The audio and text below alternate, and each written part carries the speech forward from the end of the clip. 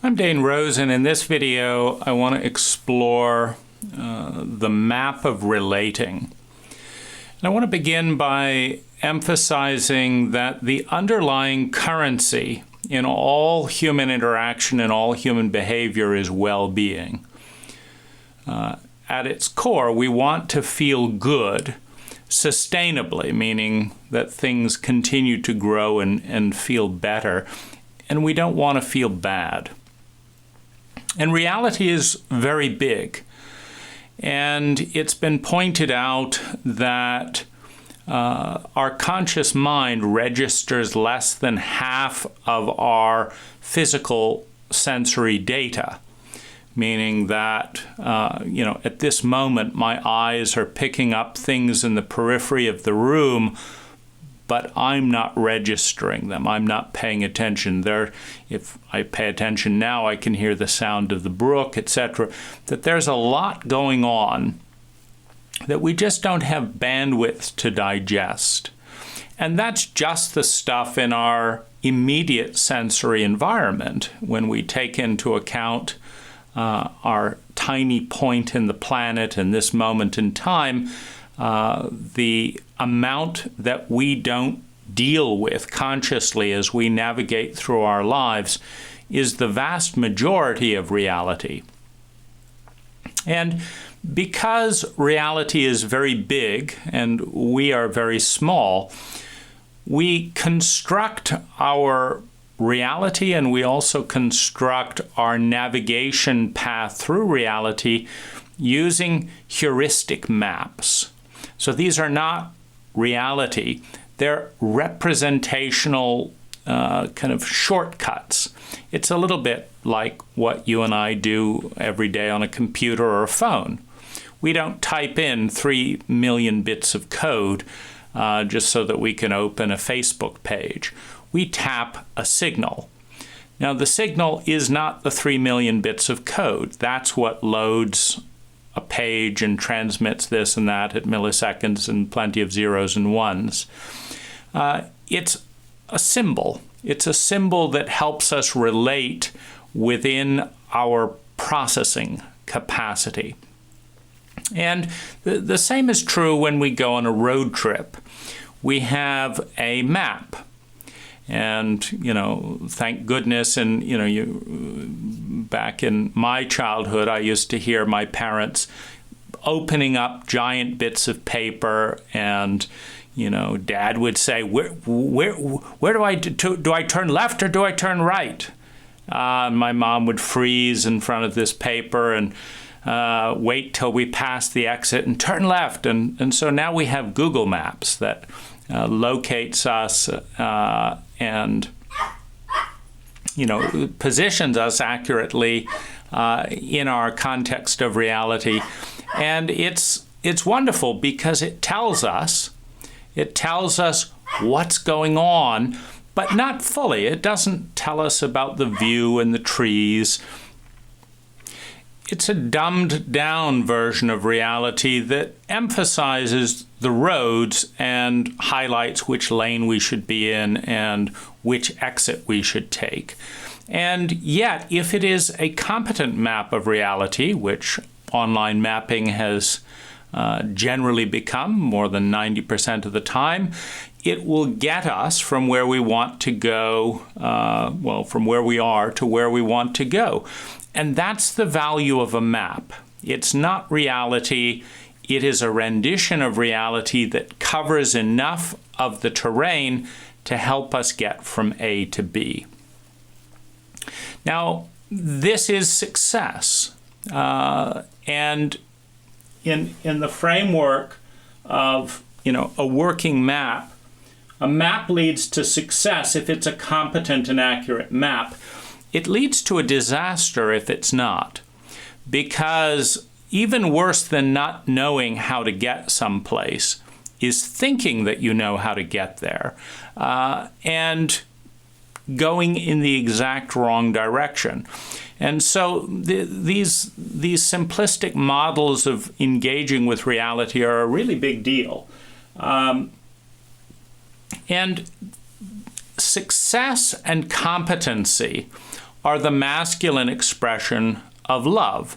You have that open, receptive, transcendent state, which is the feminine expression of love. This sense of joy and pleasure and a sense of safety and a sense of kind of almost boundarylessness, this transcendent state, when you have incredible competence to hold and create emotional safety, competence to hold and create a sexual container and open up to the energy inside that container. When you have competency, the feminine expression of love emerges naturally. The cycle of love that I like to reference is that if you love someone and it's real, it leads to caring. If you love someone that you don't care about, that's miswiring. It's not love. If you love someone, it leads to care. And if you care, you pay attention to the details, to the nuances. And the attention leads to understanding. When you pay attention to nuance, to details, you understand the pattern. The pattern of how this person gives love, the pattern of how they receive love, the pattern of what brings them joy, the pattern of what brings them sadness. You understand, you see. And with seeing, when you develop the ability to see out of love, comes empathy, comes, in fact, the empathy is synonymous with seeing, because the way that we see someone is we assign a portion of our brain called mirror neurons to go over and imagine and, in a sense, create a simulation of what it's like to be that other person. And so when we touch someone and we watch the sound in their face express exquisite pleasure, we imagine what that must feel like. And we imagine what personality would feel pleasure with gentleness or another kind of touch or something more exciting and dynamic. We create a model of the other person, much like a map, through observation, through understanding, and we empathize as we develop that intimacy, as we develop that understanding, because we cannot fully understand without empathizing, because we cannot fully understand without assigning mirror neurons in our own brain, which we are connected to. And so to a certain extent, we're empathizing with our projection, with the mirror neurons in our own brain. Now, the model of the map that we're creating of the other person is as crude in many ways as a Google map. If it's effective, it gets you where you want to go. You can deliver the experience of safety and love to the other human being. And so it's doing its job. It's a map that you follow that gets you there. But it's quite possibly wrong in terms of why. Particularly in our culture, which is, a culture of silence and secrecy in many of the areas of our psyches, you don't necessarily know why this person opens up around flowers or not. But if you want to help them open up, and they do open up around flowers, you've got, at least that bit of the information. But we have a general backstory about why people are the way that they are, which we fill in with projected data from ourselves or people we know. Or sometimes we have the decency to actually invite the other person to explain why they don't want to have children or why they believe abortion is a good idea or whatever, and not put our story on their outcome. Much like a mathematical equation. You can get that the answer is 4, But for one person, how they got to 4 was they took 8 and divided it by 2. For another person, they got to 4 by 2 plus 2. Another person got to 4 by doing 1 and then 1 and then 1 and then 1. And the ways that you can get to 4 are infinite. And why we hold the different outcomes, our opinions, etc., are just as varied. And we don't often do a very good job of looking at the mathematical equation that is behind the total. But it is that formulation of the mathematical equation that holds a tremendous amount of our uniqueness.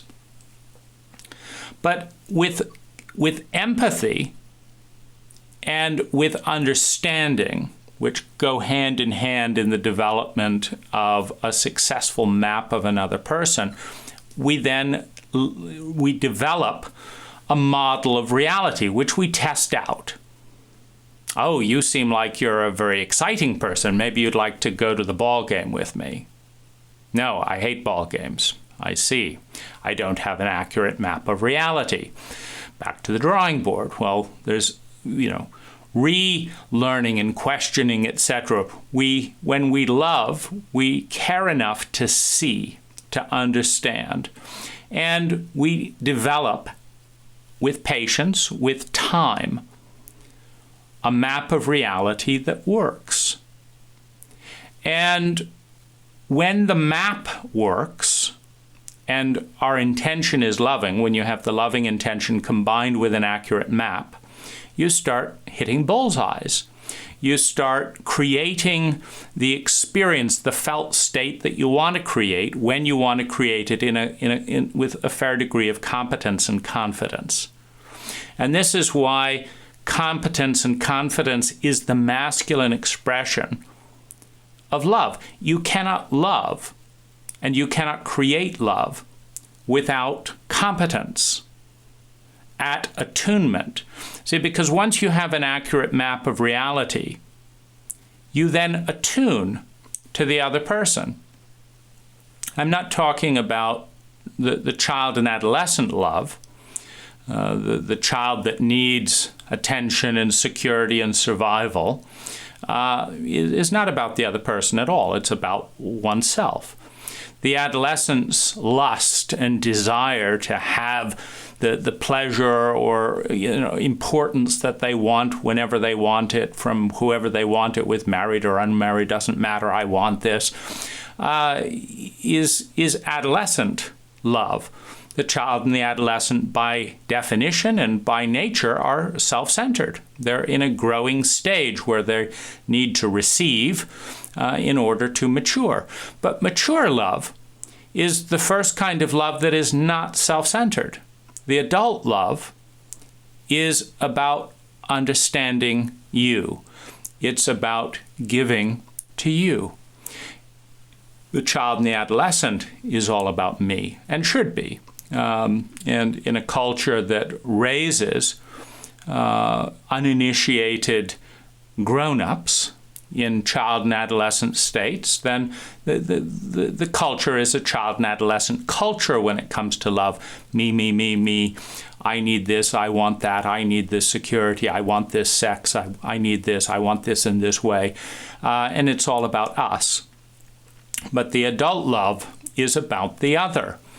And it is a state of maturity, and it's one of the reasons that to be an adult and to love another, one has had to have learned how to love oneself, which is the adult first tends to the needs of one's own inner child. The self-absorption of security, insecurity, attachment, need, all of that.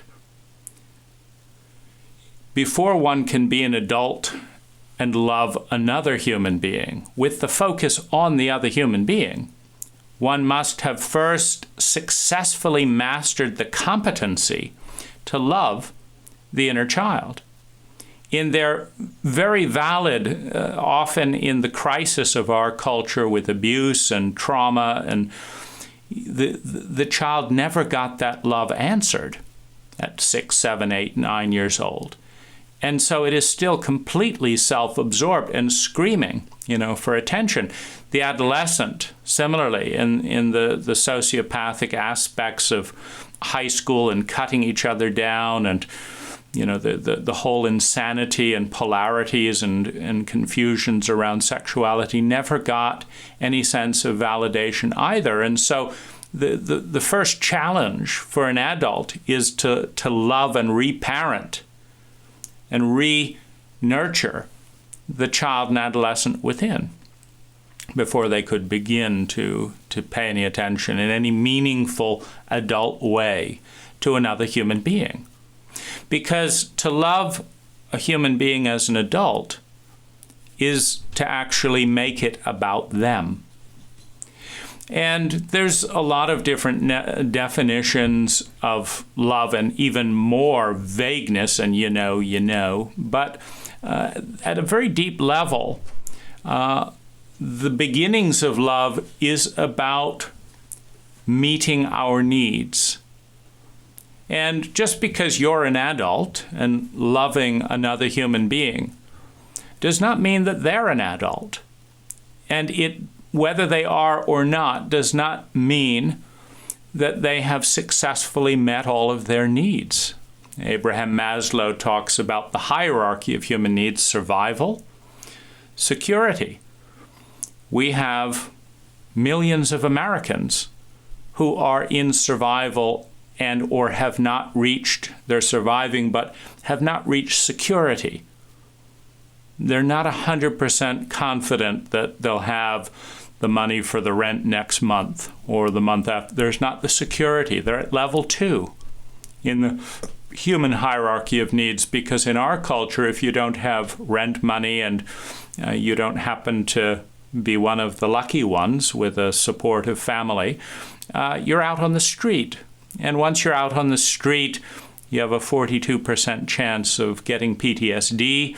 Once you're with PTSD and on the street, it's very difficult to get out because we're a culture that stigmatizes and shames the population that we generate, that we label losers. If you ask a business person, do they want to help someone get off the street and give them a job, or do they want to avoid all of that and hire someone away from a company that doesn't need a job? Traditionally, in our culture, we'll go for trying to recruit the person who doesn't need the job, who's already working very well with somebody else, and have nothing to do with the interviewee who cannot provide an address. And that insecurity of our mode of doing things is an underpinning, because most of us understand that in this country and culture, we're maybe 3-4 accidents from being in that position. A broken back, an incomplete job, a client that doesn't pay because the job is incomplete, a car that gets hit because we're driving with painkillers and a broken back. You didn't pay your medical insurance because you're not working, and suddenly there you are. As a snowball effect, escalates and crashes through our human needs, reducing us back down to survival. In a culture that when you're in survival, so many of us turn away, as opposed to making it our business to take care of our own people as opposed to the rest of the planet. And so to be an adult in the love about the other begins by behaving in such a way that they grow in their ability to meet their human needs. If they're hungry, their ability to feed themselves. If they do not have a safe place to sleep, supporting what is needed so that they have a safe place to sleep. If they do not have level 3 in Maslow's hierarchy of needs, love and belonging, supporting them to have a sense of love and belonging. What parts of you don't feel welcome? Well, I feel unlovable because I don't have money, and I understand that I'm in a culture that does not value people. It values the money that they can spend. And I know I'm not welcome in so many places in this culture unless I have money to spend, and I don't. And I feel ashamed because I've taken on the culture's misconception that the people who create money are less valuable than the money that they create, that the golden egg is more valuable than the golden goose. So in that dynamic, I don't feel a sense of love and belonging. I don't feel a sense of self-esteem. I feel ashamed, and I don't really want to show who I am in public. I'm happy to show a mask in public and pretend that I don't need anyone, because that's what our culture likes. Our culture likes people who are independent.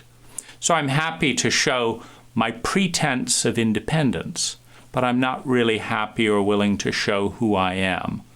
I'm someone afraid of being seen because I can't deal with the pain and the humiliation of being lied to and silently judged and pushed away because I have needs that in this culture I have not figured out how to meet.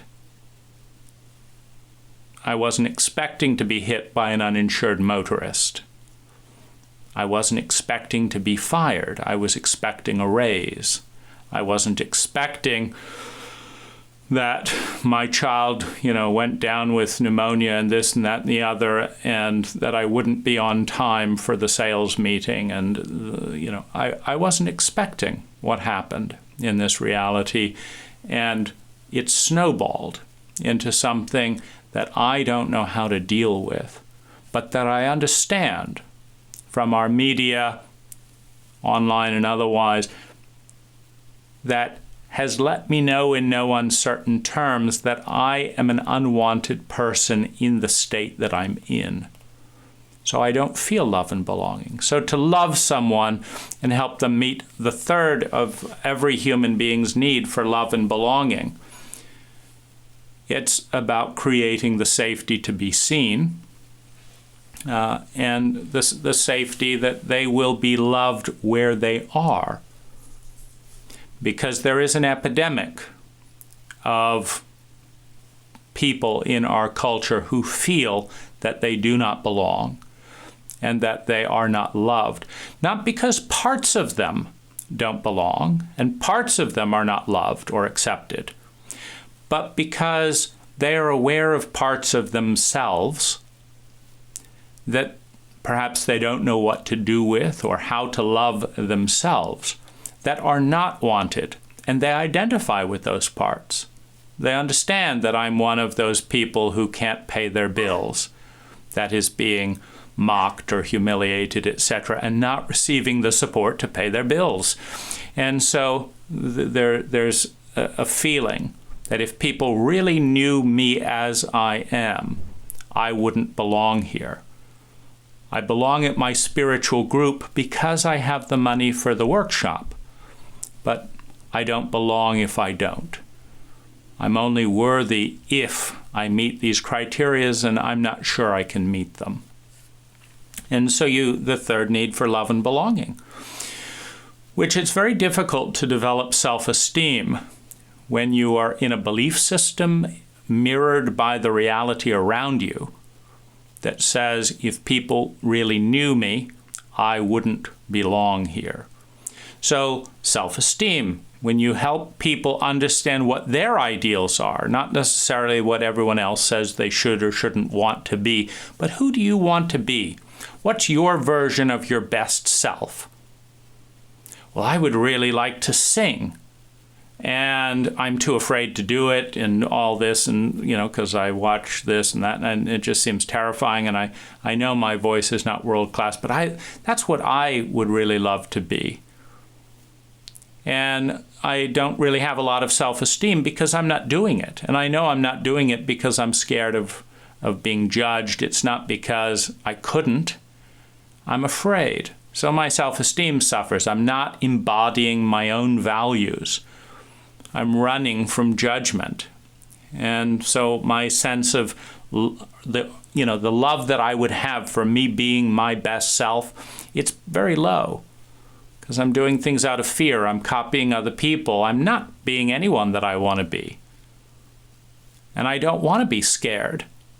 I want to be courageous, but I'm not.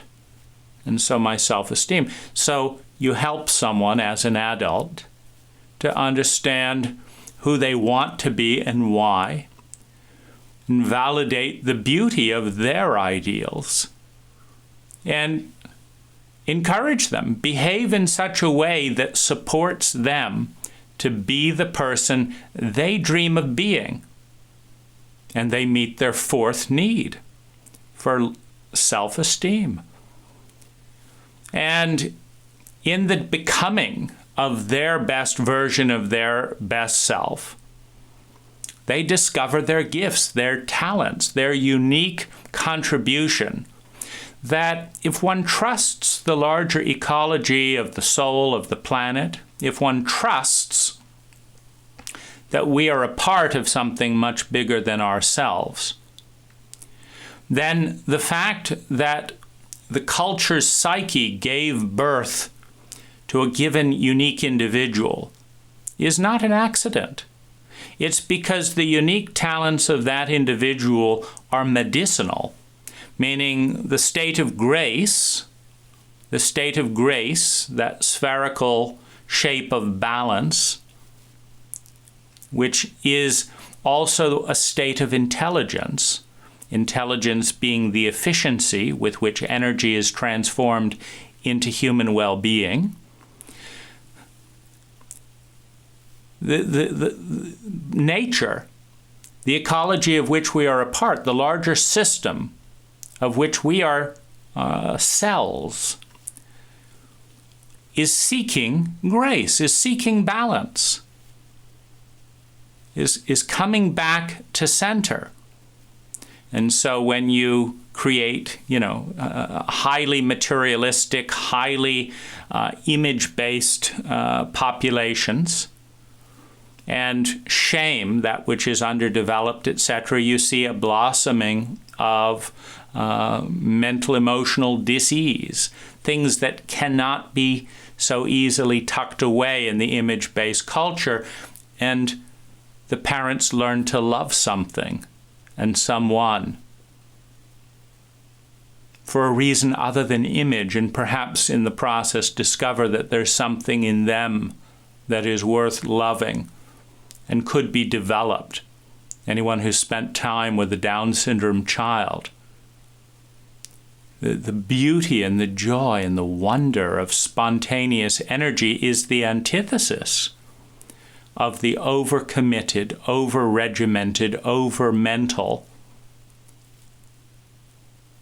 and very dry and stressed out life that we have designed as being optimal, and yet is so far from grace for so many of us.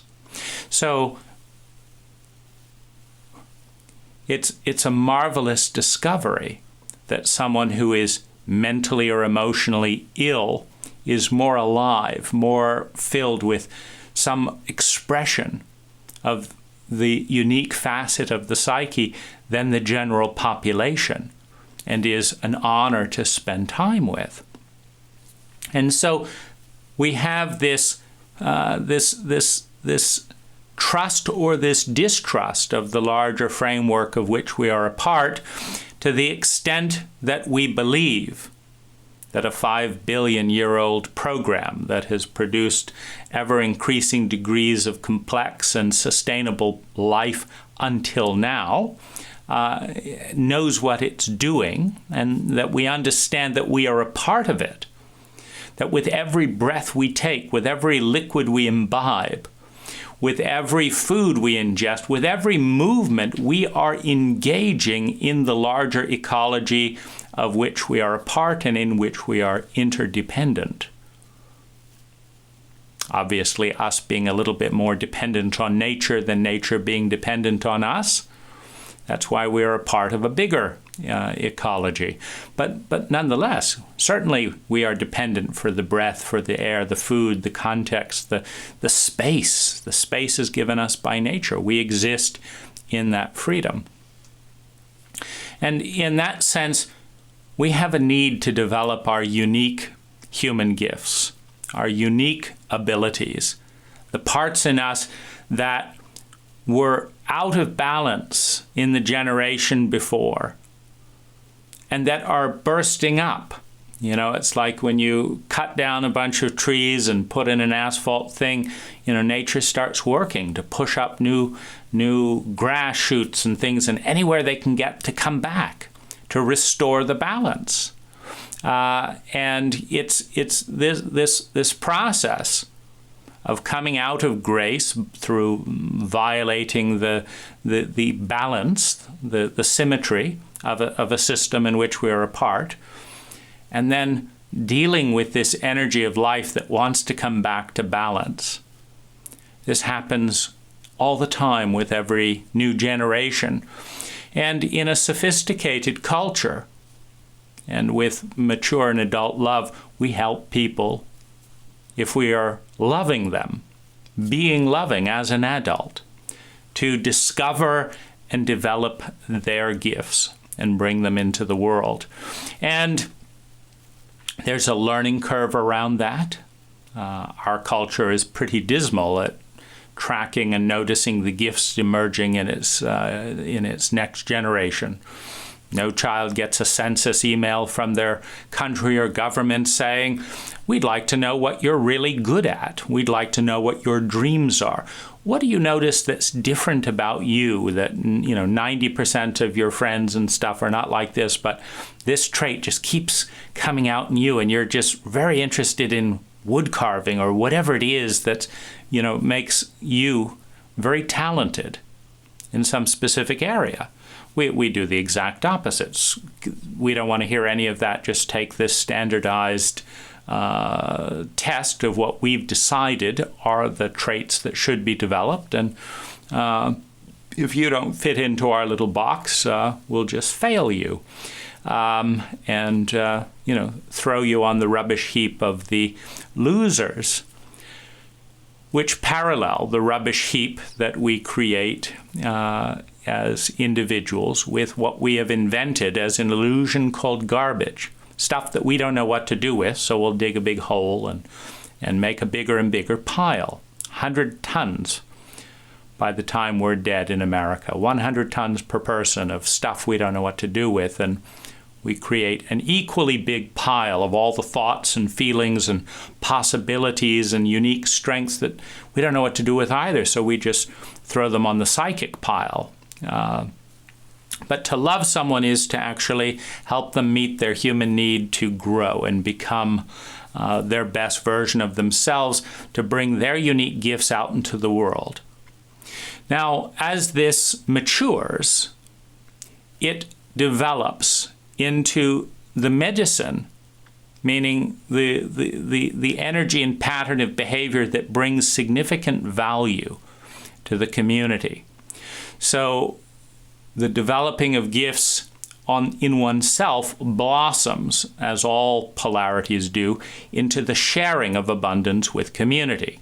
When you have an interconnected system, you may think you're being selfish to love yourself, but as soon as you've loved yourself, it blossoms out into loving other people. As soon as you've developed your personal gifts, now you're sharing personal gifts.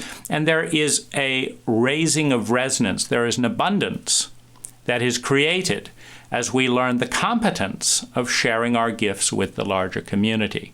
So it creates wealth. It's an intelligent expression of well-being. So the energy in abundance raises. And this raising of abundance leads to then the last hierarchy of our human needs, which is to move beyond the individual myopia of the ego, to leave a legacy, to transcend the individual obsession and give back, to be of service to something bigger than ourselves. These are our human needs. And so to be loving to someone as an adult has nothing to do with whether or not you give them 2 orgasms or breast size or anything like that. It has to do with, are we engaging with them in a way that is respectfully helping them progress through their human needs. And so the last, the expression of competent love meaning that people are progressing in their human needs, and you're doing it in a respectful enough way that they connect the respectful support for them becoming their best version of themselves because of you. You see, the result of meeting our human needs and progressing through our ability to meet our own human needs is happiness. That's what a human being feels when they go from not being sure they're going to survive to surviving.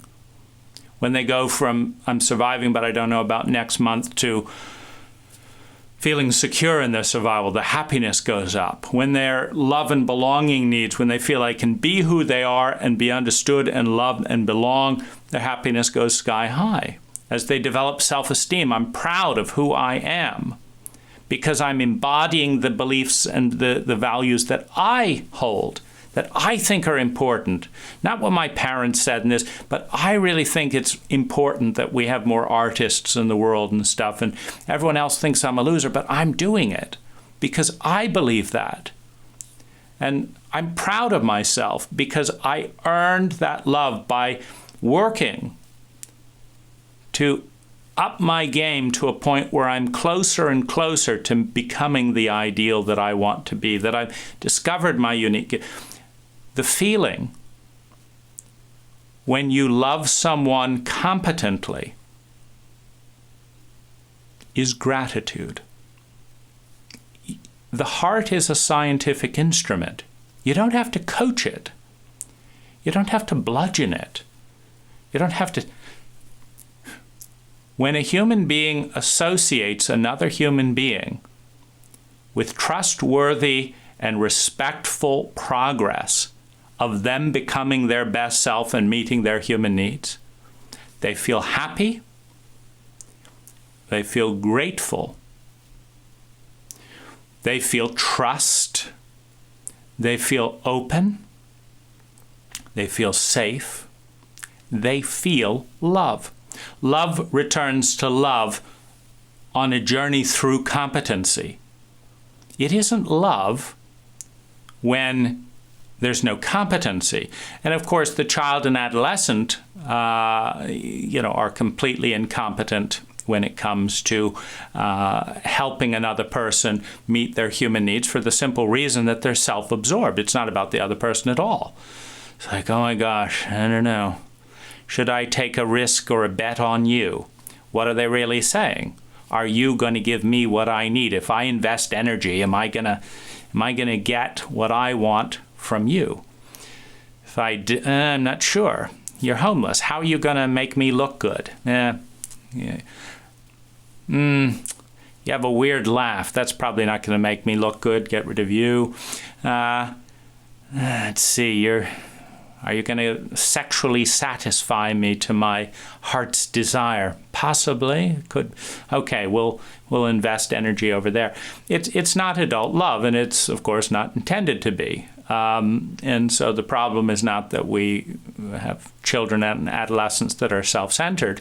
The problem is that most of us as children and adolescents don't experience an adult in a level of competency that allows us to mature out of the narcissistic love and even understand what mature love is. We've never experienced it. What do you mean? Mom and dad sacrificed their ego so that I develop my gifts?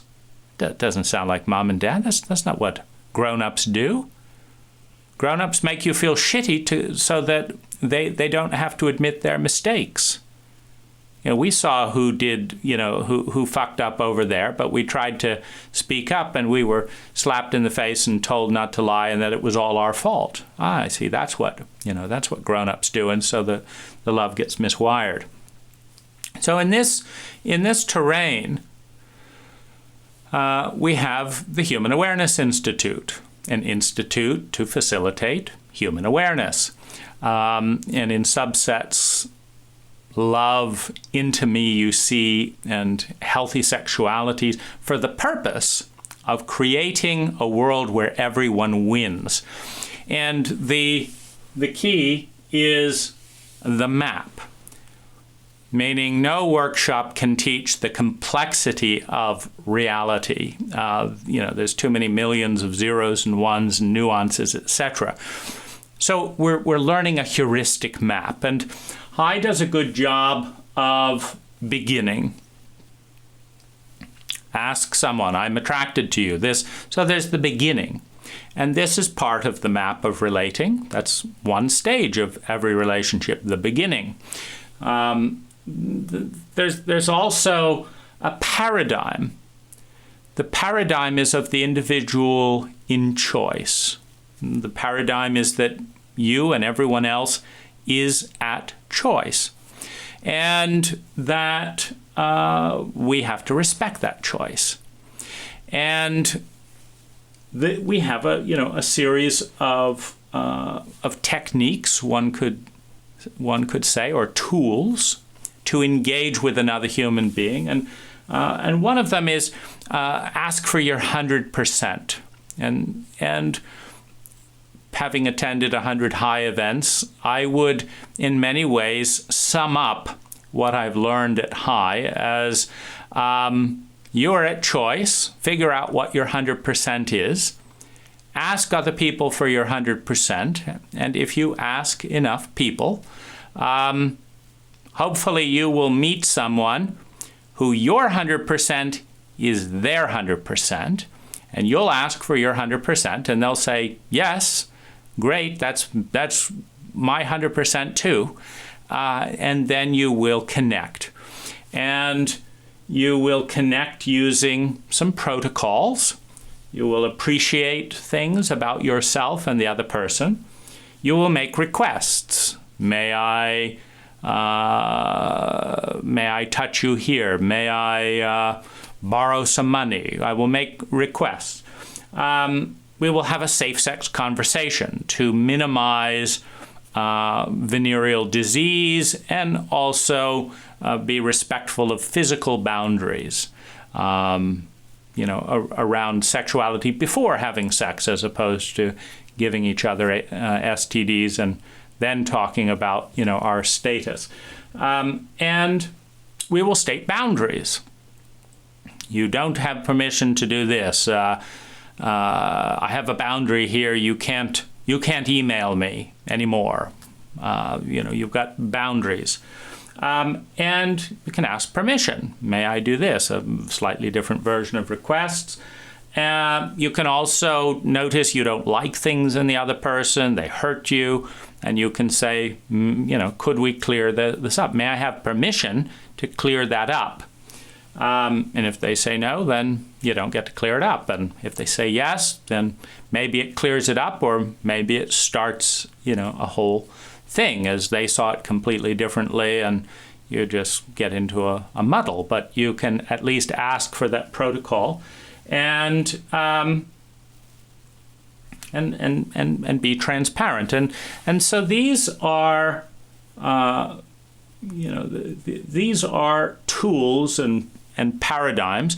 And the paradigm of the you're at choice is that the other person knows what's good for them. And it can make a free decision.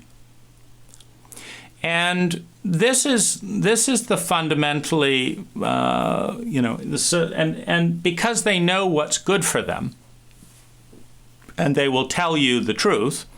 They check inside, they say that would be good for me, so yes. That it creates win-win, because you said what was good for you, and you knew what was good for you. You asked permission for what was good for you. They thought about it.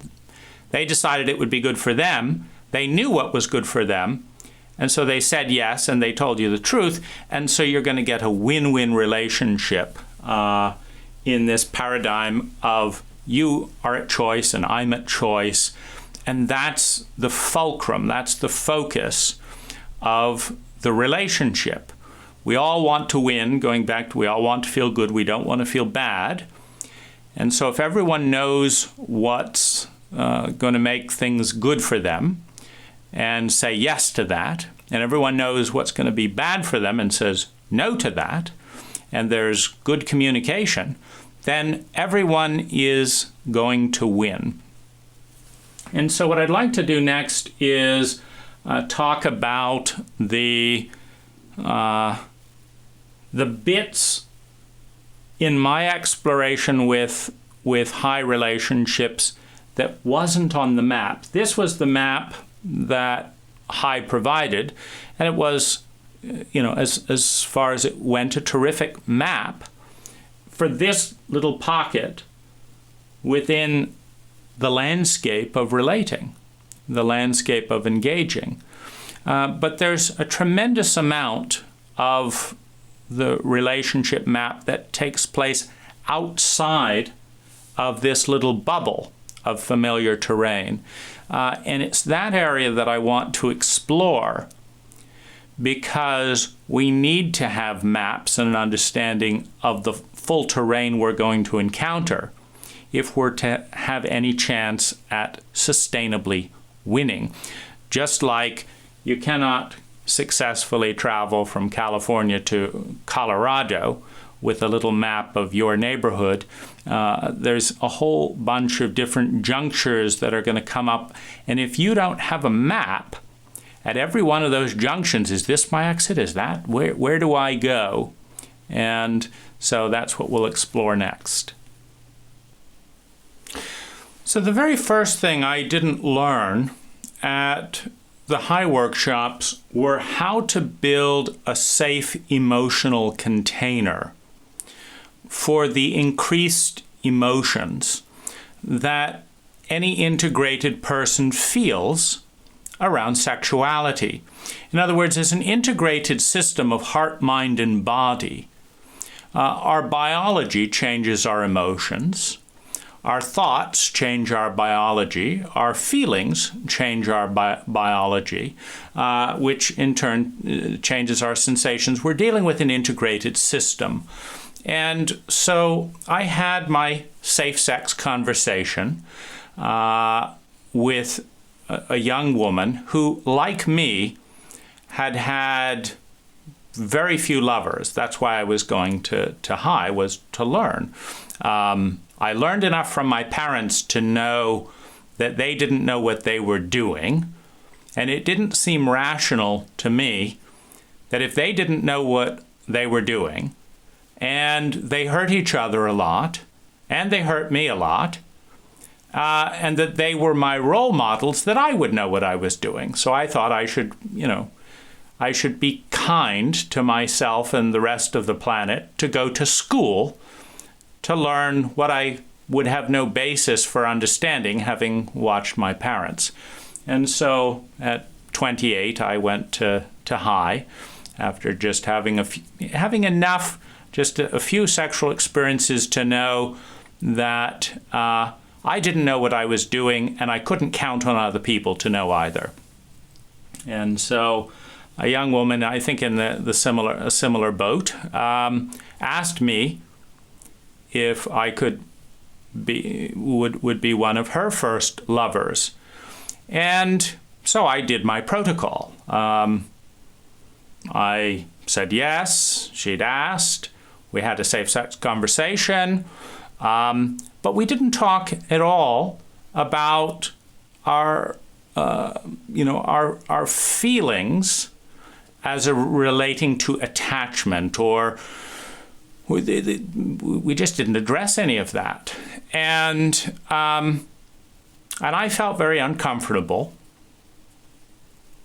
And she opened up emotionally and wanted to connect more. And I was scared, and she was very hurt. And so that was the first run through the protocol. And And Hai says not to take this personally. And certainly it's a nice sentiment, meaning the fact that I was scared and didn't know what I was doing certainly didn't have anything to do with this woman. However, of course, it is very personal to open up in a deep way and have someone not respond. Because there's a message in that lack of response. The message is, you're not attractive. If only to me, I'm the only one you're having sex with. The message is, you're not attractive. The message is, you're not desirable. The message is, you're not worth it. I'm sure I could work and learn about this, but I'm not going to. You're not worth it. You're not attractive. You're not lovable by the one you chose to open up to. And she was quite hurt. And I was scared of hurting her. But she hadn't asked for anything else other than, would I mind having sex with her? And we did the safe sex conversation. And I felt uncomfortable and shy and very awkward, realizing that both of us didn't really know what we were doing. And I felt to her, like I'm just going to fail in engaging here, because nothing has prepared me. Meaning there's been no map to say, when you feel awkward and overwhelmed, that's because you're in this stage and this stage, and here's what you do about it. Here's how you do a U-turn, and these are the questions to ask, and these are the things to track, and here's the conversations to have, and you learn about your traumatic history and all. No, there wasn't any of that. And so, she withdrew, probably carrying some shame of the message that she'd reached out for one of the first times in her life. And the persons she reached out to didn't know how to love her. In the larger cultural context, this is the deep wound of our inner children, our adolescents, our children and adolescents. In most cases, our parents didn't know how to love either. Not in the way that facilitated that rapid sense of moving through the hierarchy of needs and developing the self-esteem, etc. Many of our parents had so many unmet emotional needs of their own that, far from being an adult and focusing on loving us, they're pulling on the child. And so if her parents didn't give her that sense of lovability and value and worth, etc., and one of her first lovers doesn't give it either, the regressed child always internalizes this as something's wrong with me, because it's too scary to deal with the fact that something is often very wrong with a world that seems overwhelming. One of the things that a child is protecting themselves from with self-blame is the feeling of overwhelming helplessness, which would be a natural conclusion for a 5-year-old boy who realizes they've got an addict and a dysfunctional narcissist who will do just about anything to look good, including hitting you, shaming you, and selling out your future. It is a terrifying and helpless situation, because you've got no one but dysfunctional people to turn to. And so that helplessness, though, leads to physiological collapse. And so the child creates a false narrative that is motivational. The false narrative being, there's something wrong with me, I'm just unlovable. But if I work really hard, I'll become lovable, and then I will be loved. The only problem is the child was lovable all along. The parents, the culture, lacked the capacity to love. The child takes on the inadequacy of the culture. My second lover experience with high was the same phenomena in a slightly different thing. Same thing. This time I asked an older woman, and I felt more comfortable with older women in part because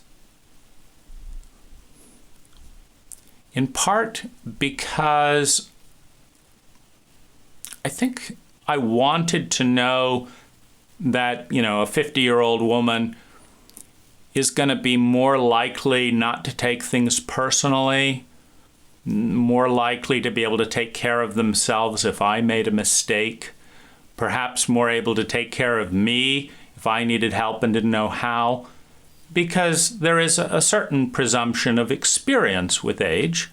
And so I chose an older woman, and I said, I've had very few sexual experiences. Would you be my lover for one night? And she said, sure. And so I made my request. That was my 100% to have more experience. And we had the safe sex conversation. No anything wrong with that.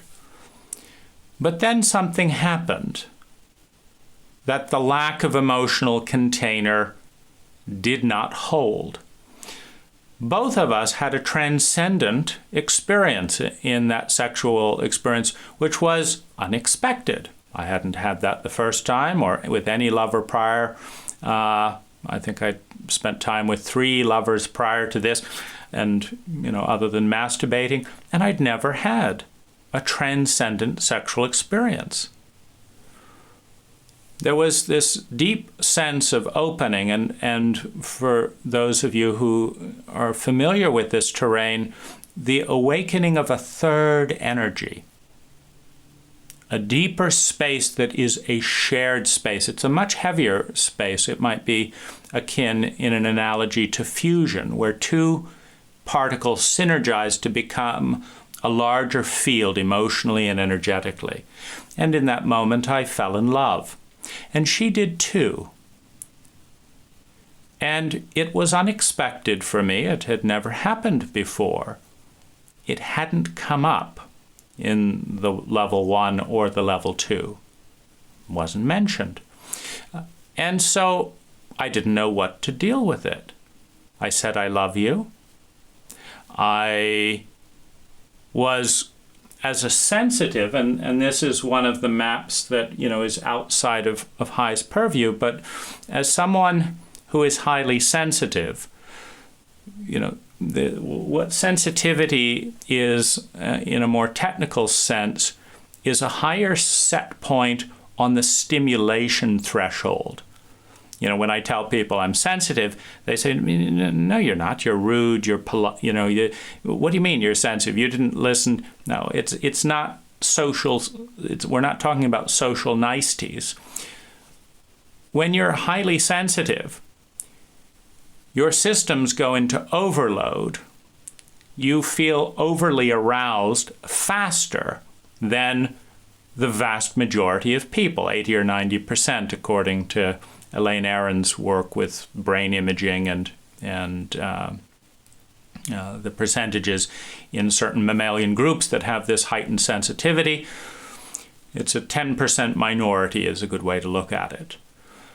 But in our culture, as well as in high, there's a vocabulary and a landscape of ignorance around this very distinct difference and its various impacts. And whatever we're ignorant of, we can't respect, we can't honor. And so we can't teach someone else how to honor it, certainly not in words. It has to be articulated first. It's much like a map. You can't follow a map unless someone draws the line for the road. It's not enough that someone else has it in their head. Before it can get to your head, it has to be put into a line or put into words. And so I went into overload. This was one of the most intense experiences of my life. And I was already in overload, having gone through a workshop. This was Sunday night. So I haven't learned that I'm different because no one's pointed it out. The signs were there. Probably people thought, oh, that's an unusual kid or something like that. But no one thought to sit me down and say, you've got heightened sensitivity, and this is what it means. Because that would be intelligent. And, well, we're in this culture. So when this comes up, I say what I need to do is sleep deeply. And I will wake up whenever I'm waking up. And what I'd like you to do is not touch me. I'm in overload. Not touch me and not talk to me until I wake up. Can you do that? Well, this would have worked perfectly, but it's out of context. You see, I knew my body, and I knew that would work perfectly. That's how I recover from overload. You have to do that in this culture, and so we fiddle around and we wing it. It's just we don't know we're in this 10% category because nobody tells us, and other people don't ask, and so it's a blind spot. Well, she says, sure. But 5 hours later, so she starts prodding me. She's violating the boundary. She has no idea what this is all about. We haven't had a safe emotional conversation. Who knows if she had stumbled into that? Clearly she was not ready to fall in love, in a paradigm of what we would call a one-night stand. She starts prodding me. I'm in complete exhaustion, and I'm just trying to rest my body.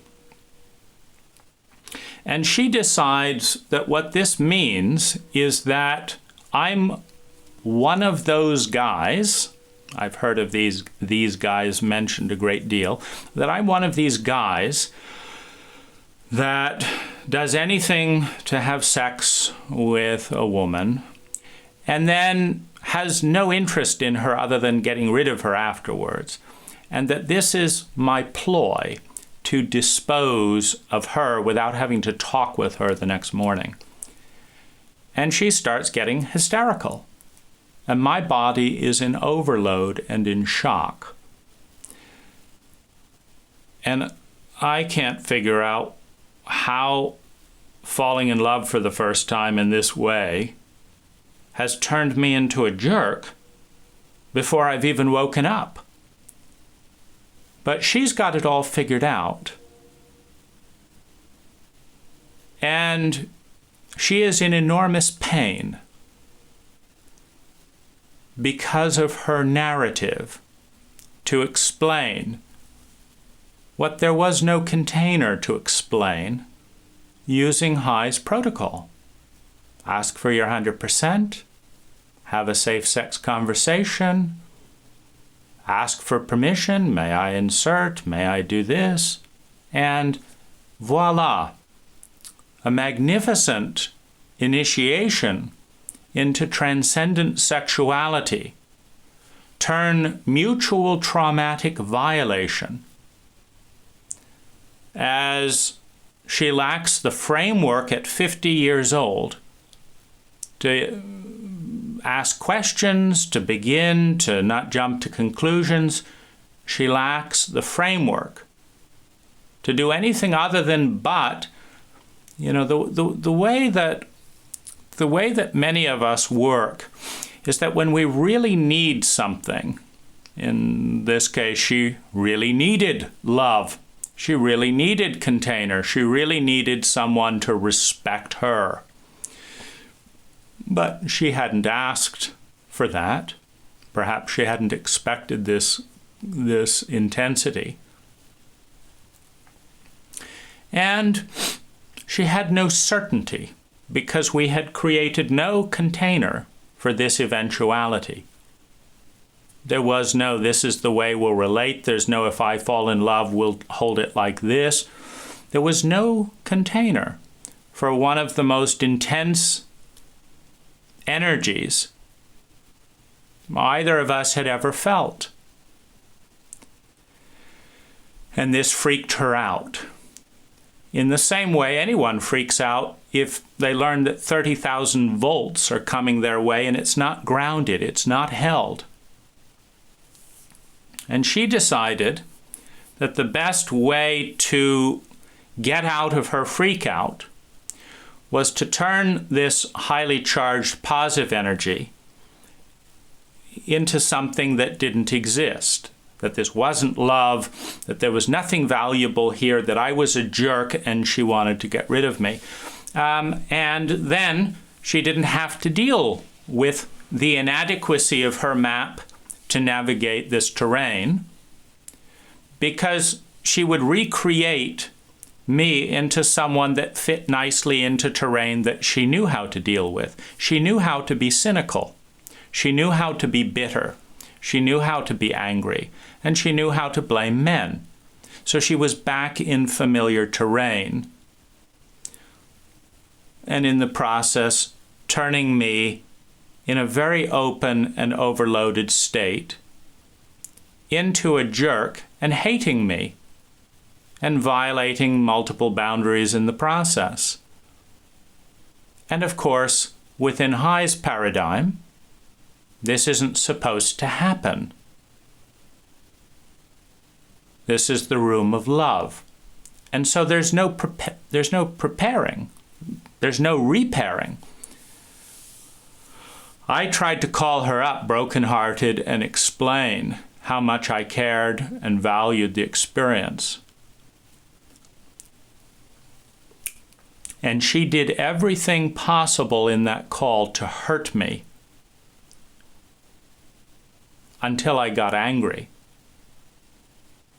And then she said, see, this is nothing. You see, she provoked what she feared and then blamed the whole thing on me all along and left. That was my second lover experience at High. And it's why I put a huge ball here on the map for the art of container building, for building a safe emotional container. That is a core competency in any relationship. The law of empathy states that the higher the emotional charge in a relationship, the more respectful one must be of the emotional charge. And the respect is shown in the container. Respect for agreements. If you are on the skinny limbs of new, vulnerable, emotional terrain, as many people in High are, you need an incredibly strong container to make that journey safe. If you're climbing a 3,000-foot rock face, that's not the time to learn that your crampon from the dollar store was only rated to carry 20 pounds. The more vulnerable a relationship, the higher the emotional charge, the more vulnerable the relationship. The more vulnerable the relationship, the more competency is required and the more container building is required. And no one in my history of engaging with the Human Awareness Institute has ever formally sought to build a safe emotional container. And I didn't know how at that point. I began to develop it through the pain of trauma, through the pain of grief. The next level 3 was just as bad. I gave a woman a lift. I asked if she would be my lover. She said yes. I asked if she'd be my buddy. She said yes. We had sex on Friday night. I opened up and bonded with her, and then she proceeded to have sex with 5 or 6 other men and ignore me for the rest of the weekend. I felt completely unprepared. My paradigm was that women were always complaining that men were sleeping around. I wasn't sleeping around. I hadn't heard any complaints that women were sleeping around. In my kind of cultural broadcasts of media and stuff like that. And so it never occurred to this woman to say, by the way, I'm going to have sex with as many people as possible. And I chose a 60-year-old woman this time. But off she went. She didn't check in about how I felt. There was zero emotional container. She was on team. It's like, how many surprises are going to be thrown at me in the course of 3 workshops that I have no competency to deal with, and the other person doesn't either, because they're shocked that I'm upset, because they don't understand what the terrain they're dealing with, because it hasn't been laid out either in workshop or within the culture in as a broader sense, or it's very erratic, or people are using very bitsy, scattered and different maps. Now, these all just exploded as very common sense, basic things. The trouble is, when you have a small circle that's carefully illuminating a small circle. If it is presented as the big circle, it becomes a blind spot. When your statement is, we are committed to creating a world where everyone's winning, and here's what we teach to do that, the implication is that this is what you need to know to win and to help other people from winning. But I was losing, and so were my partners. And the map isn't complete without an understanding of how to build an emotional container. I didn't know where to go. I just assumed this is the way people get hurt. And in other words, this is the room of love. 3 out of 3 lose dynamics where nobody knows what to do about it. This is overwhelming because there's no one that asks, how are your sexual relationships after these workshops? They ask, how was the workshop? And it's like, the food was good. I like this exercise. I like this exercise. But I don't like having my heart fucked up while trying to apply the techniques. But that question doesn't get asked. If we look at, the landscape within our relationships statistically and within our culture, we have a lot of silence. Just a tremendous amount of silence, which is invariably filled in with projections, which may or may not overlap. To the degree that you do not spend time together, the projections diverge wildly. Emotional illiteracy is very prevalent in all areas, including the New Age movement. My parents were hippies. But in the New Age movement in particular, there's a lot of convoluted energy around negativity. So you're angry. Well, that's negative. You're scared. Well, that's negative. Don't face your fear. Do it anyway. So, of course, I was afraid of having my heart broken again, but I did it anyway and had my heart broken again. Because you shouldn't be afraid. So we don't understand the scientific nature of the human heart. We don't understand that there are multiple feeds of stimulation into the human heart. One of them is beliefs, which create expectations and anticipations and tie in and are enforced and reinforced by memory. So we have beliefs. This woman believed that I didn't care for her feelings, which was very painful for her since her feelings were so big and intense. The bigger the emotional charge, the more painful it is when those emotions are violated. In this case, the violation was in her mind based on belief and memory. I thought she was the most amazing person in the world because I'd never experienced anything like this, and I experienced it for the first time with her. And her story and her belief was that she was being treated like crap because she had no value, and she looked at multiple experiences of being discarded and lied to and betrayed, etc., that gave her the basis of that belief. And so her big feelings turned to bitterness and devastation and cynicism and a desire to attack, which she did. The belief is one of the feeds into the instrument of the scientific heart. What happens?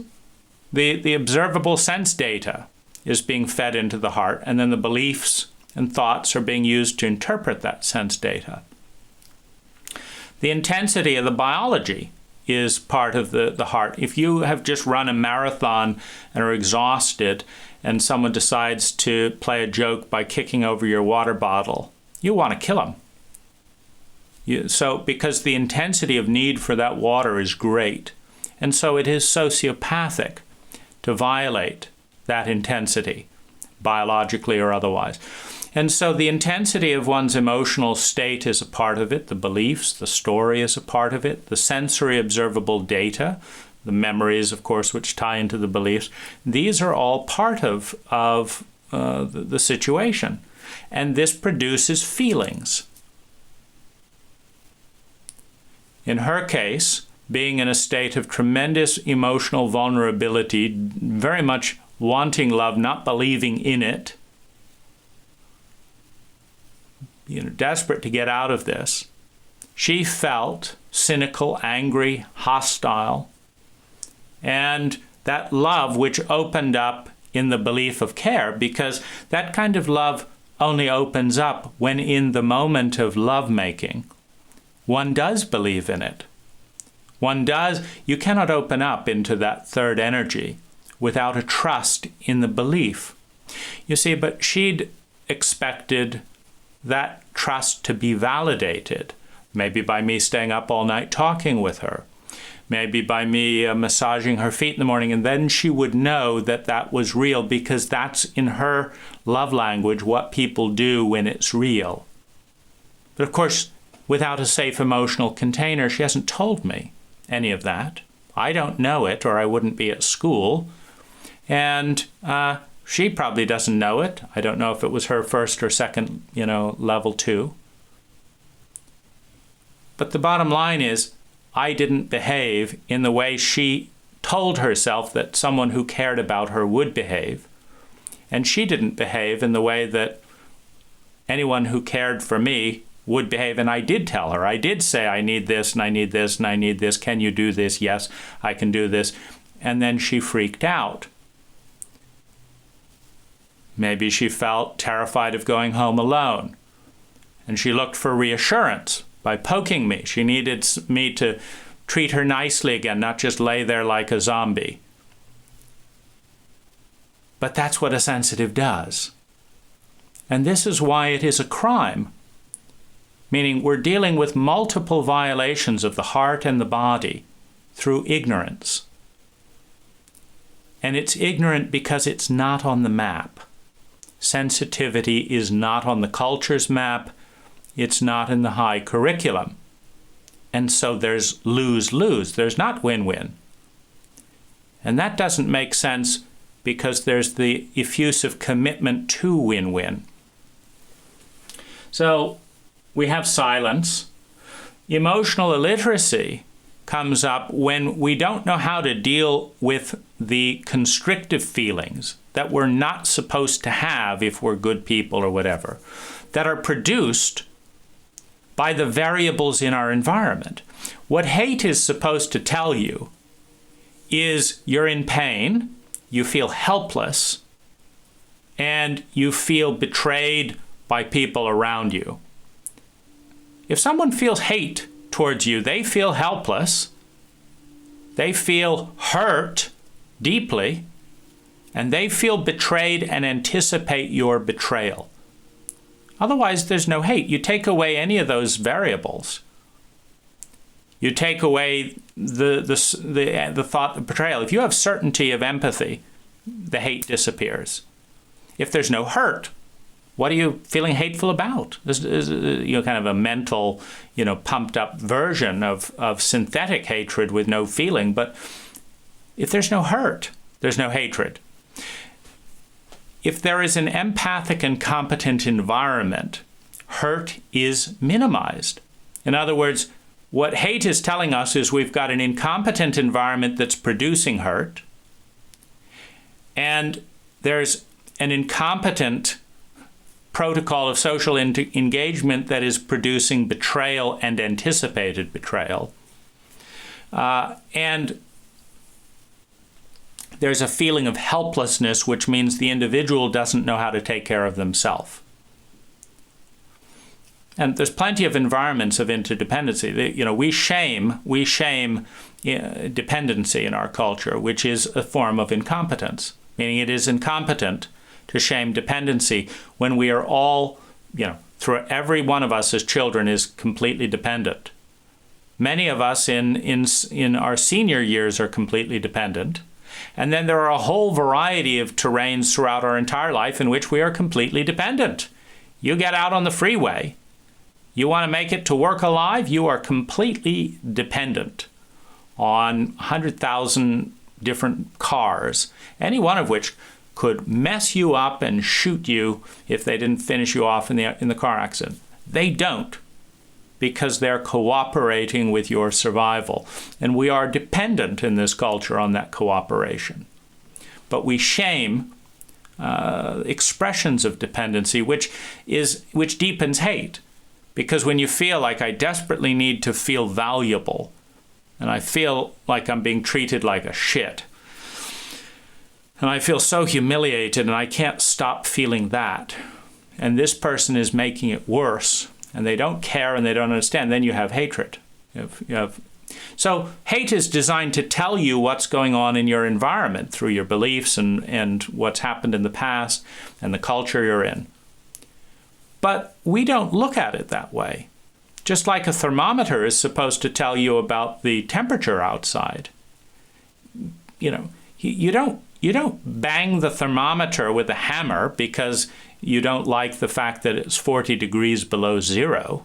Take that, you thermometer, because that doesn't change the temperature. When you shame and attack your feelings for telling you what's going on in your reality, and your reality is inclusive of your thoughts and beliefs, that is a big part of your reality. Your feelings are telling you what's going on in your reality. And they're telling other people if you share the feelings. If someone says, I hate you, what they're saying is, you hurt me. I anticipate betrayal from you, and I feel helpless to get out of the situation. Now, all that may be true, and the hatred could be completely, stay away from this person. They have betrayed you. They're going to betray you again. They have hurt you severely, and they are sociopathic. And so the best thing to respond to that hatred is to get out of that situation to where you can feel gratitude because another person loves you and cares for you and isn't going to hurt you and isn't going to betray you. So the hatred is saying, don't spend energy here, spend energy over here. Or it could mean that in an emotionally and relationally illiterate culture, I can't tell the difference between who's going to help me and hurt me. And because I'm so scared of the unknown and all that volatility, I'm going to create certainty by projecting the worst traits on everyone until they prove otherwise. And so my attitude is to hate everyone until they work through a very elaborate defense system that I won't explain. And if anyone that makes it through, then I'll feel grateful and loved. But everyone else, I can't deal with the risk of being hurt again in that way. And so I'm going to default to the worst because I can't tell the difference. Did you hurt me or didn't? I don't know. It's too scary because I don't know what I'm doing. So I'm just going to hate everyone. Well, so hatred can also be an expression of extreme fear and an inability to discern between safe people and not safe people with a strong abuse history. Well, in an emotionally literate culture, you learn that.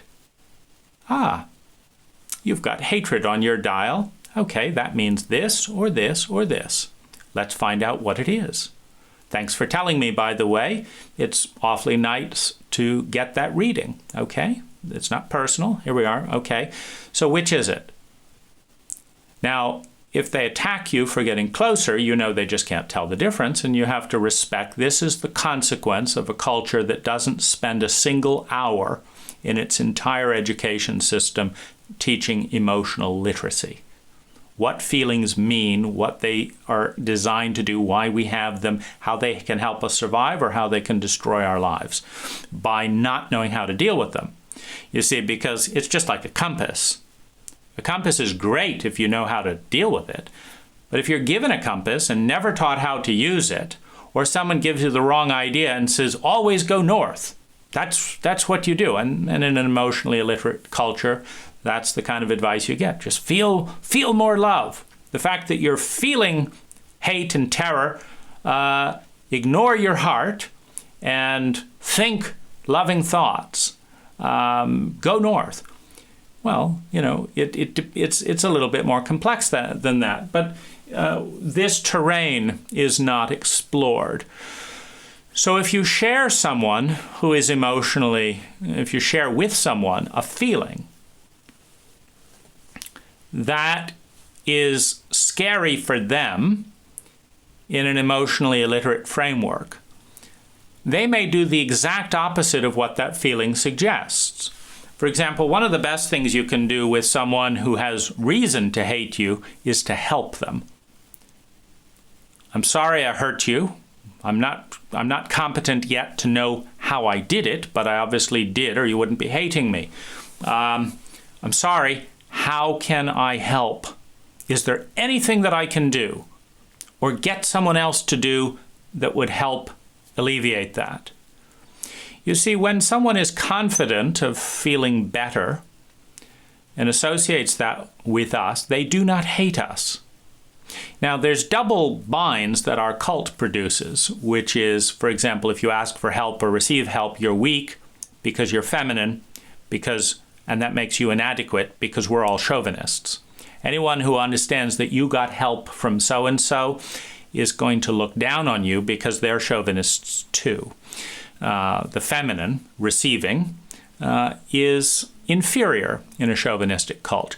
And so it's tricky when, you desperately need help, but if you receive help, you will be humiliated by yourself, if no one else.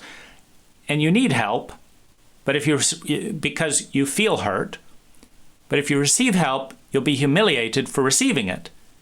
So it's a no-win situation because the hostility towards receiving, that is the defense of the wounded feminine in men and women, and the feminine is generally wounded a lot more in men than it is in women, and so men have a lot more defenses around receiving. Because they've learned that's weak and they're going to be bullied and this and that and the other. And so it's very difficult to help someone out of hurt if they need help, and that's why they hate you. But if they receive help, they feel humiliated and weak, and now they've got all that to look forward to, so they hate you either way because there's no way to win. And you find adolescents in this situation where, they need help. So their parent says, "What is it, dear?" But the adolescent has gone down that road enough times to understand they're just going to get a lecture as soon as they explain what the real problem is, and that the adult is going to make it worse. And so they say nothing. And then the parent blames them for not talking. But if they talk, it's going to be unhelpful, and it's unhelpful to be blamed. And so they just fucking hate their parents. There's no way to win. If you understand what hatred is, you can navigate through this, and you can take it on and start responding. But we don't know how to deal with that. This terrain of cultural and personal chauvinism is something that I've met extensively in, it shows up for me with men who don't value emotional relationships. And so I reach out to this high man, and he has plenty of time to go fuck. But he doesn't have time to talk tenderly with a guy.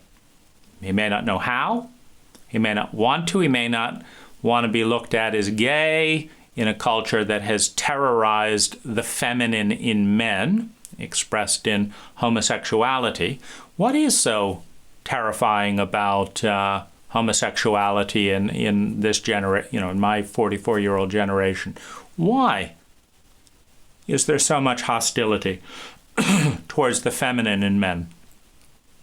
For whatever reason, it is. And so as I express tenderness towards men in the high community, it is not honored. It's not valued.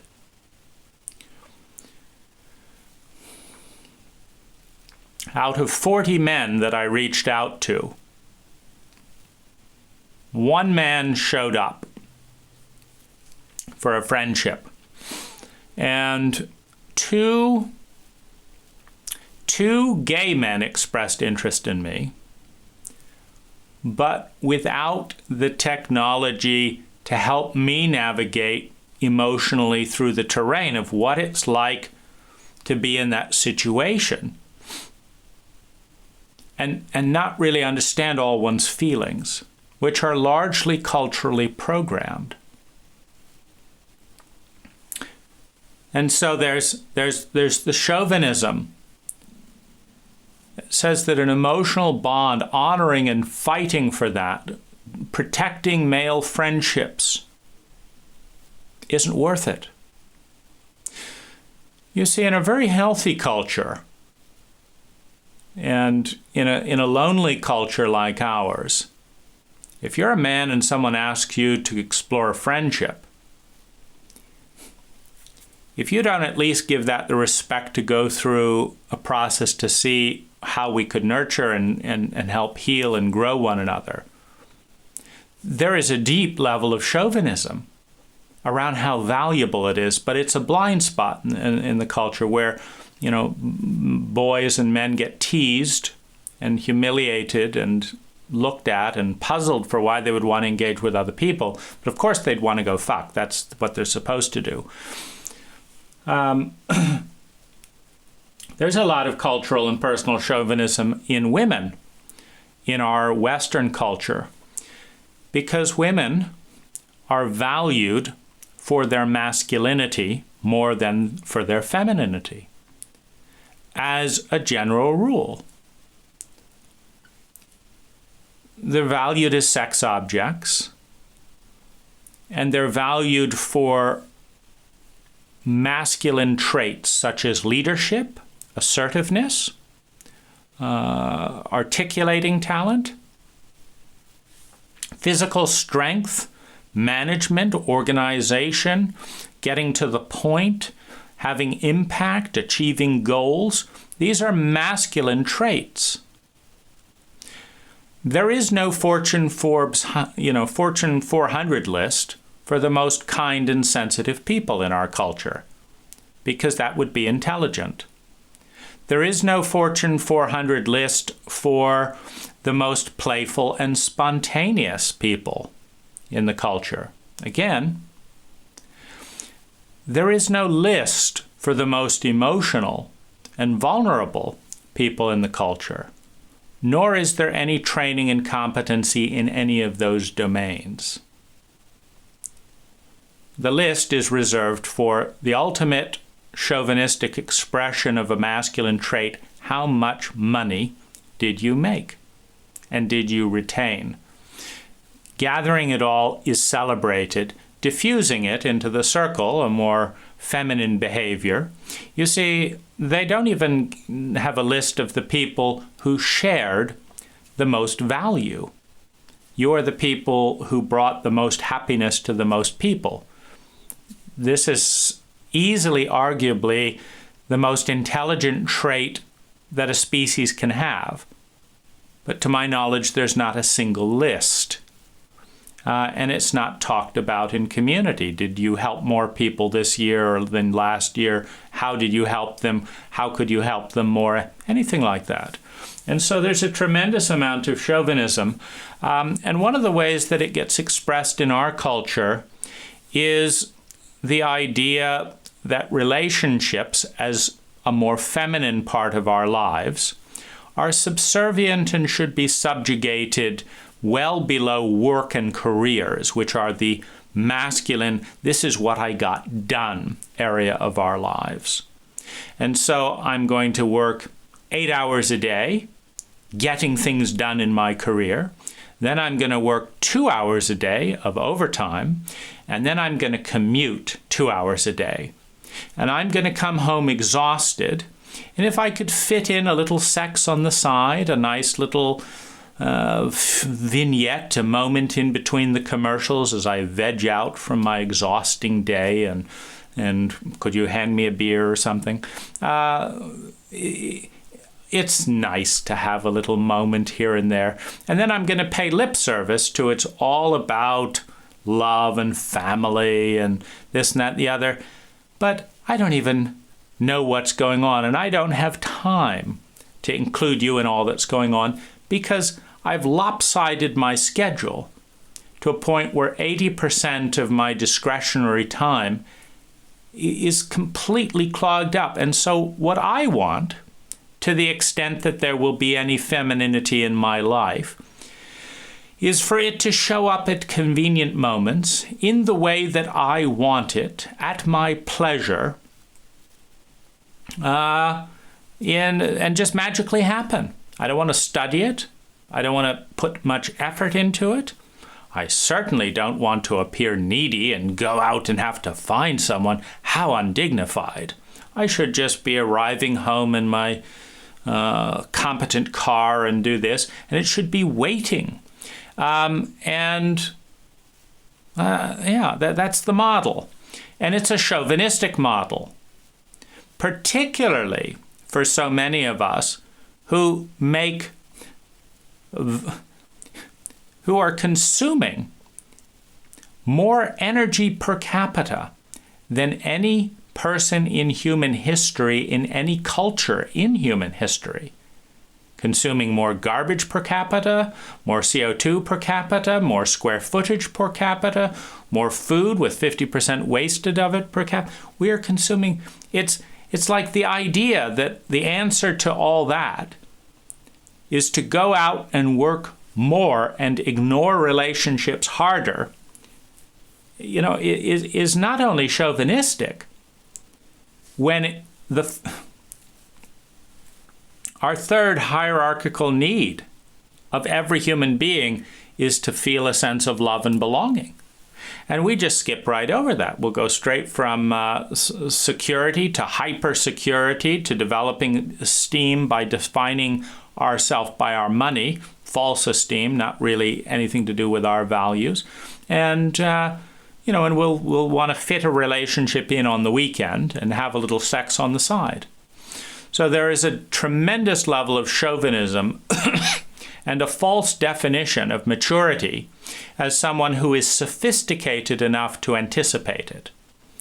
One could even say in the darkest sense that the definition of a grown-up woman is a woman in America who has been betrayed and lied to enough to understand that her femininity and her trust has no value in the culture.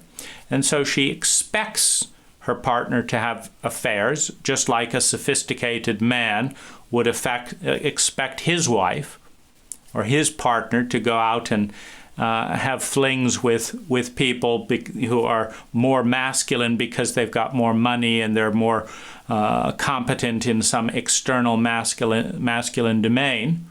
So that the definition of an adult is to understand that femininity is for children, and that real people fit sex in between important business trips and this and that and the other, and that everyone lies about it. This is not adulthood. It's profoundly chauvinistic adolescence. There's no adult loving in there at all. And it shows up for me in the women in the United States by the hostility towards need, which is feminine, the hostility towards sensitivity, which is feminine, the hostility towards quality time because it's inefficient. Getting more done rather than the quality of it being done is a chauvinistic bias towards the masculine. It's not about how much you enjoyed your job or how careful. I got more done. It's a competition. And you're slowing me down. You're a loser because you think that doing this and da-da-da-da-da is going to get you somewhere in life. That's not how the chauvinistic world works. It's how many sales you did this, and I'm not going to be slowed down because you need 45 minutes to talk about your feelings. I'm a go-getter. I'm a valuable woman who's off making her way. And this message is a cultural message, and it is hostile towards a deeply synergistic feminine and masculine balance. Now, the other thing that I didn't learn until quite recently is the nature of abuse contracts. Now, you remember High's focus on choice. Well, the whole point of focusing on choice is the pretense that people are going to choose what's good for them and respect what's good for you, and that you know that. But that's not how abuse contracts work.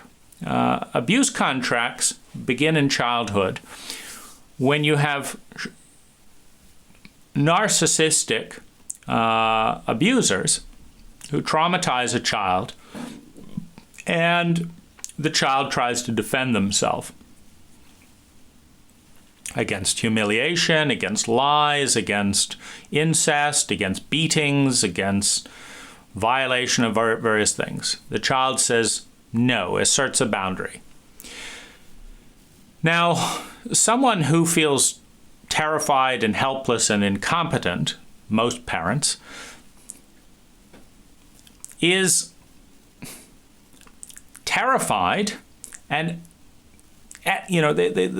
their fear and their reactivity goes up when their kid basically rejects some form of incompetent parenting. Says, no, you don't get to hit me. What do you mean? Don't you sass me? And the abuse escalates. Now you've got a giant scale relationship here. So when the abuse escalates in response to a defense, a boundary basically saying, stop hitting me, and then they hit you harder, you will break your mother's heart if you tell her the truth of the way I'm fucking you up. I mean, that you understand you're not dealing with an adult. You're dealing with a child who wants to abuse you to get what they want. And then they want to silence you because that's what they want too, so that they don't have to deal with the consequences. They're afraid of being punished. And so first we're going to abuse you, then we're going to silence you, and then we're going to blame it all on you. So it's, we're in child-adolescent territory. But this is all being blamed on a 5-year-old, a 6-year-old. And the grown-up child of a parent has tantrums that are like weather storms. It's like a hurricane. Imagine trying to say something to your boss and a hurricane at 180 miles an hour whacks you and you realize it's not safe to speak. It's not safe to tell the truth. It's not safe to have boundaries. And so there's this very, very hesitancy, watching face contract that gets written. And it basically says, please don't kill me. What do I have to do to not be killed, to not be hated, to not be in jeopardy of surviving, to not be blamed for your entire life? What do I have to do? And the abuser spells out the contract. You have to say that this is okay. Okay, it's okay. Okay, good, we're making progress. Now, when I ask how you feel about it, you have to lie and say that it's great. You got that? Okay, it's great. Then don't tell anyone about this. Okay, no one learns about this. Okay. And then I'm going to feel bad about myself from time to time and feel insecure and crappy. And, that I'm a terrible parent and stuff. And so I'm going to say to you at times, isn't this great? Isn't this great? Isn't this great? And you have to say, yes, Dad. Yes, Mom. That's great. You're a great parent. And then you can survive and I will give you a lollipop. That's the contract. Okay. Okay. So they survive. They understand the world is insane. They understand they're surrounded by sociopathic narcissists. They understand that there's danger in asserting healthy boundaries. And they understand that that has to be labeled love, or the parent will feel guilty and punish you for telling them the truth. And at that point, they are insane, because many of these abuse contracts get formed before language to survive trauma. So you ask some person you're attracted to, may I do this? Is this good for you? And maybe they survived childhood and got into this frame with never again, because every child who's been made to feel humiliated and helpless for an eternity is determined never to feel that way again. So they're just a blanket no as their most sincere emotional reaction. No, never again, meaning I don't know what the fuck I'm doing in relationships. Anyone who gets near me could hurt me again. I'm determined never to be hurt again, and so I'm just going to push everyone away. But then I feel lonely and stuff, and so I'm confused because I don't know why I'm pushing people away, and nobody around here has taught me, and so what do I do? But, commonly, and where I experience this with a number of my lovers, was I would ask for something, they'd say yes, yet it was completely obvious that this was a resigned or unenthusiastic or terrified yes. And I'd look at it and I'd say, am I doing anything to terrify this woman? Have I ever betrayed or no? I've never lied to a woman. I've never cheated on a woman. I'm not hitting women.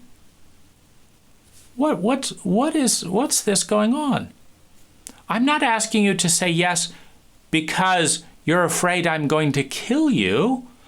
I'm asking if this is a yes that you want it. Like, yes. Yes. They're looking at me like, are you going to hit me? What's the right answer? And I would find this incredulous. What's going on? Who taught these people? Who taught these people that men are terrifying monsters that you have to lie to avoid being hit? And of course, the answer is their parents, their first lovers, the culture that shamed them for talking about it. That's who taught them. But the point is, they are not at choice. They're in survival.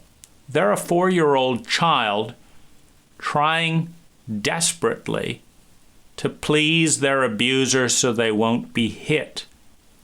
That's their state. You cannot heal an abuse contract, by the way, until you have a name for it, until you have empathy and understanding for how they get created in many of us. So you cannot succeed until you break your abuse contract.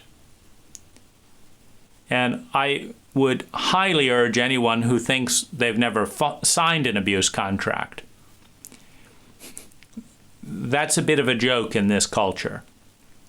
I keep discovering abuse contracts that I've signed that are so hidden that I don't even get to read my own contract. You remember the Harvey Weinstein case where some of the women who, wanted to prosecute their abuse had to sign a contract that they didn't get a copy of. And if they wanted to see a copy of their non-disclosure contract and their vow of secrecy about their abuse, if they wanted to see a copy of it, they had to be escorted by Harvey Weinstein's lawyers into a sealed room without any cameras and devices. Then they could see the contract, which was the new abuse contract. So the first was the abuse contract, which is Harvey using his physicality, etc., and his power and stuff to force people to do things they're terrified of doing and disgusted to do and don't want to do. That's the first abuse, and they've got to pretend and go along with it. Otherwise, he kicks them out of his life and says, you're never going to work again in this industry. The second thing is that he says nothing's going on. The third thing, if they push it to a point where they have to do something in court, then the third wave of abuse contract is, okay, you have to sign, we'll give you some money, and you sign that this never happened and that no one is admitted to anything and you're never going to tell anyone again, which is the third abuse. That you have to be invisible to protect your abuser. And you don't even get to see and have a copy of the contract that seals you into invisibility. Well, these contracts, generously demonstrated by people like Harvey from a certain point of view. If you're going to be a masochistic son of a bitch, at least do it in a grand scale so that we as a cult can deal with our own blind spots that are going on in each one of our households. You see, the 2-year-old watching the facial expressions of their parents to learn what the parent is terrified of, often intense feelings, and not, etc., and trying to figure out how to be a rendition of a human being that their parents aren't scared of, often never gets to see the contract at all.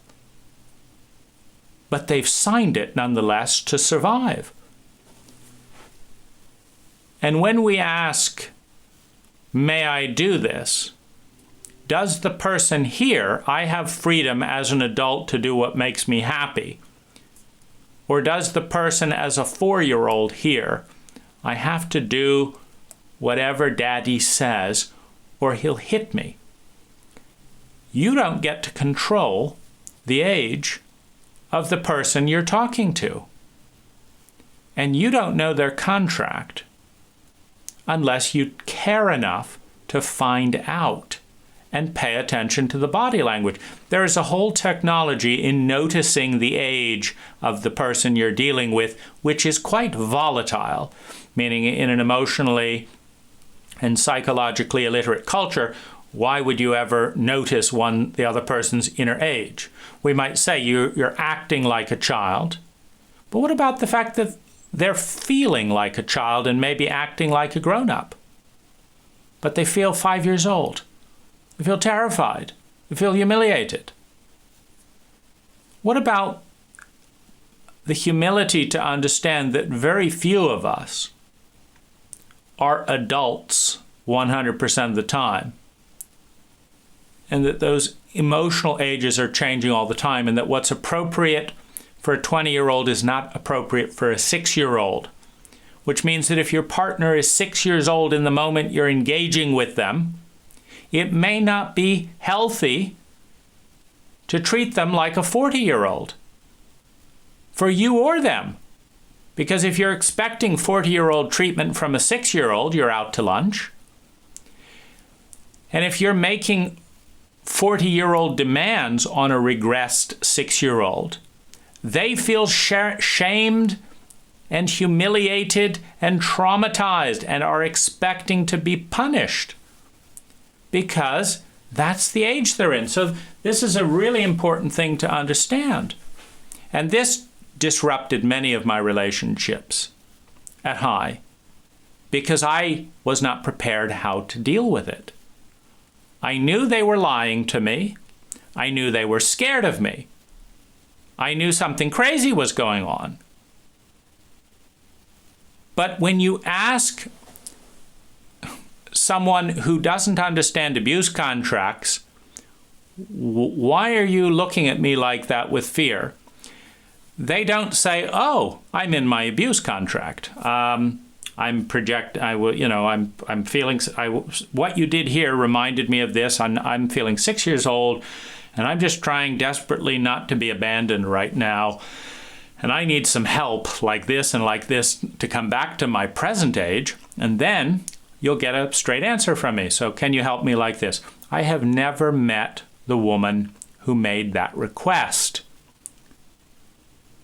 But it is incredibly common if you deal with highly intense emotions to have one or both people regress at various points. If you don't know how to deal with it, you're likely to dishonor the terrain, which will destroy the field. You're violating the resonance of the relationship, and you are creating pain in that violation. And if that pain doesn't get dealt with in an emotionally illiterate culture and relationship, it will escalate and become outer violence or outer violation of some kind, or end the relationship.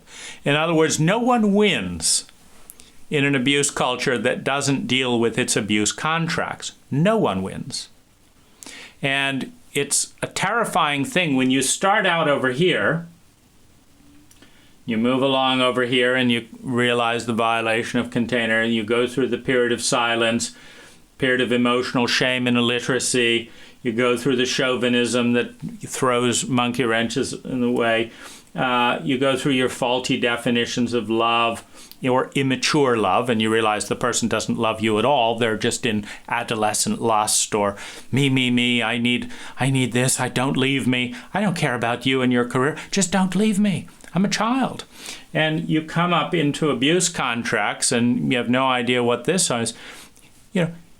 This is terrifying. Who would want to open up into the fullness of their psyche to go on such a silent journey of horrors into ignorance and craziness with no competency to deal with it?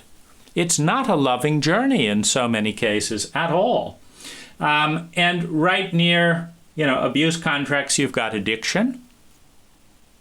The child that tells the truth of their parent and gets hit, that tells the truth to their older sibling and gets hit, tells the truth to the principal at school and gets hit, tells the truth about the abuse at church and gets hit, learns that their job as a 10-year-old, as a 12-year-old, is to stuff the shadow and incompetence of their cult into their body because the grown-ups around them are not mature enough to love or deal with the truth they're asking a 6-year-old to deal with. How do I get through that? How about some drinking? How about some numbing to manage the pain? You have addiction, a pain management strategy in a cult that is too sociopathic to deal with its wounded or to prevent the crime. Every addict has a primary loyalty to their addiction and a secondary loyalty to themselves and thus to you. Addiction by its nature is saying, I don't know how to love you and honor the truth and the healthy warrior, the healthy part of the healthy masculine that protects the feminine inside me. I caved. I couldn't stand up to the bully. And I can't face the grief of the wounded feminine in me. It's painful.